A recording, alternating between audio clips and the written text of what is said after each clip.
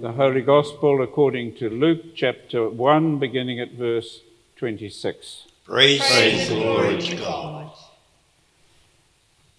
In the 6th month, the angel Gabriel was sent by God to a town in Galilee called Nazareth, to a virgin engaged to a man whose name was Joseph of the house of David. The virgin's name was Mary. And he came to her and said, "Greetings, favored one, the Lord is with you." But she was much perplexed by his words and wondered what sort of greeting this might be. The angel said to her, "Do not be afraid, Mary, for you have found favor with God. And now you will conceive in your womb and bear a son, and you will name him Jesus. He will be great, and he will be called the Son of the Most High, and the Lord God will give to him the throne of his ancestor David. He will reign over the house of Jacob forever, and of his kingdom there will be no end." Mary said to the angel, "How can this be, since I am still a virgin?" The angel said to her, "The Holy Spirit will come upon you, and the power of the Most High will overshadow you. Therefore the child to be born will be holy. He will be called Son of God. And now your relative Elizabeth, in her old age, has also conceived a son, and this is the 6th month for her who was said to be barren, for nothing is impossible with God." Then Mary said, "Here I am, the servant of the Lord. Let it be with me according to your word." Then the angel departed from her. This is the gospel of Christ. Praise to Christ. Eno kiraro. Well, it's the time of year that some people like to be in tents, isn't it? But in the first reading, David was worrying about the ark of God being in a tent. He thought that now he'd built himself a house, having spent a long time without a permanent house. He'd built a flash house with cedar, which he'd got from Lebanon, and he asks God through Nathan the prophet whether he can build a house of cedar, and in the end God says no. Something is more important than building a house of cedar for the tabernacle of God, and that is that you are faithful to me. And that is that you are the receiver of my promises. Really, the whole of that first reading that we heard is about the fact that God has a plan, and it will come to pass, and it will happen in God's time. Nathan had to tell David, "No, it's not your job to make a flash permanent house." It was his son Solomon who was able to do that a generation later. But David is reminded God has promised to remember you and your descendants. And then we sang or said waiata, and we started off with the words, "I will sing of your steadfast love forever, O Lord. My mouth will proclaim your faithfulness from one generation to another. For your love is such as to endure forever. Your faithfulness is established as firm as the heavens." So again, it's building on the idea of God promises, God is faithful to God's promise, and God will always fulfill God's promises. Then we had that quite short but beautiful little reading from Romans. It talked about the revelation of the mystery which has been kept as a secret for a long time. It's talking about the fact that lots of people hoped for a Messiah, For generations, for hundreds of years, they had hoped for a Messiah, and God had kept the secret of when was the right time until it was God's time. And there have been disclosures of the promise, and the reminder of the promise was going on, and in the end, the time had come. And then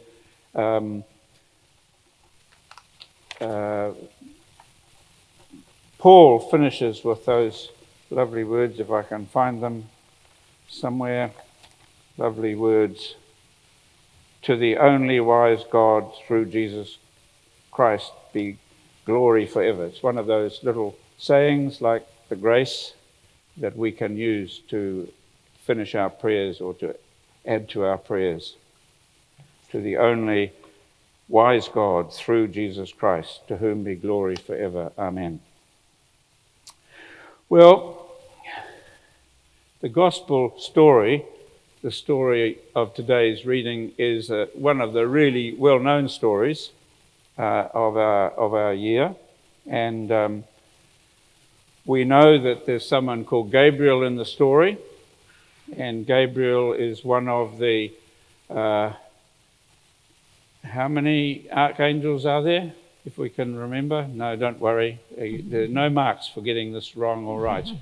Just as long as you know Gabriel was the top man of the archangels. There'll be a bonus, of course, if you get all of them right, but that's all right. So Gabriel comes, and as far as we know, as far as we can tell, Mary is quite a young person. More or less what we would call a teenager. And to have this presence, whatever Gabriel looks like, it was a presence that startled her, and the corridor to her upset her because she didn't know what on earth this being was saying to her. What was it all about? And she's quite perplexed and quite startled by the whole corridor. And Gabriel tries to explain to her God has a plan. God has had this plan for a long time, and God has been preparing for this plan, and now the time has come for the plan to be completed, and you have a place in this plan. And she's, well, how could that happen? I'm a virgin. And he just to try and, as it were, putty her, or whatever you want to say, he says, oh, by the way, your relative's already pregnant. Your cousin's already pregnant. So, and she's already 6 months pregnant. So it's okay to be pregnant. And then the presence, this messenger from God, this Gabriel, explains to her something about the plan of God and how she will fit into God's plan and who this baby will be. This baby will be called Son of God. This baby will be the fulfillment of the promises that have been coming for generations that God was going to act. And when we sang the waiata in the before the gospel reading, you might think that it's about what sort of person Mary was. The waiata says, "Hine purotu, hine ngākau, hine rangimarie." And those are true about her. But the waiata, the important part of the waiata is not e hine, you are purotu, you are e hine ngākau, you are hine rangimare. No. The waiata is singing to Mary, that waiata is singing to Mary because of her answer. If you remember, it calls her hine whakaai. Hine whakaai, whakameatia mai he whare tangata. So the really central thing of this gospel reading this morning is this young woman receives a word from God, and despite initial hesitancy, her answer is I. Her answer is I. She says yes to the request from God.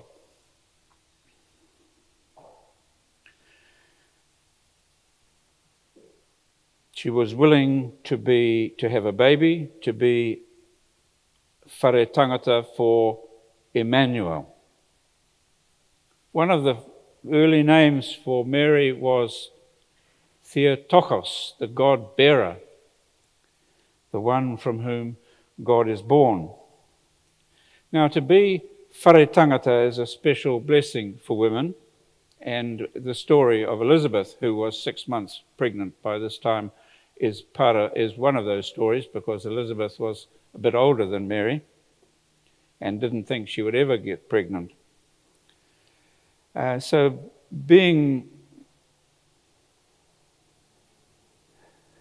well, let's put it this way.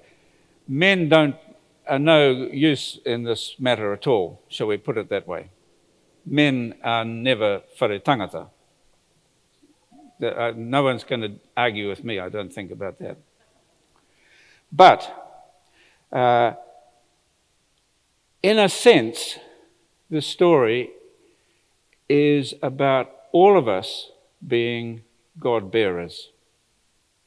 Mary is the one who said, I will be part of God's plan. I will be the mother of the Son of God. I will be the mother of Emmanuel. I'm willing to be the one about whom you are speaking. But in a sense, is a question of God to us. Are you willing to be God-bearers? Men as well. And we don't have, there's not a 9 months cutoff. This is for the rest of your life. So our challenge is quite a big one. Now, you may notice that usually when I come to church, I sit on about where Arthur is there, and one of the reasons I do is because I like to look at that young woman in the window, and I like to talk to that young woman, and I like to say to her, "Tēnā koe e kua whakaai ki te tono a te atua. Tēnā koe hei tauira ki a tātou, kia whai ake i a koe, kia whakaai ki te tono o te atua." And I sit there, I like to look at it, because it's one of the few windows in here that is Māori. I've already talked about all these poor white Jews up here. And I like to look at that, but I don't like just to look at her because she's Māori. I like to look at her because of what she said, kua whakaai. And that waiata picks that up. Ka waiata ki a Māori hine I whakaai. What did she whakaai? She whakaai to be he whare tangata. Not just a whare tangata, but the whare tangata for the world, for history, for God's plan forever.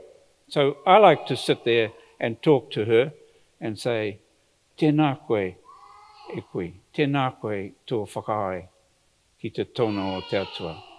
And I'm saying to us this morning, as we hear the story again, of course we know the story because it comes around every year, as we listen to the story and as we sing the song, we can say to God, yes, you asked something huge of Mary, that young woman, that young woman living in Palestine, that young woman, that young Jewish woman.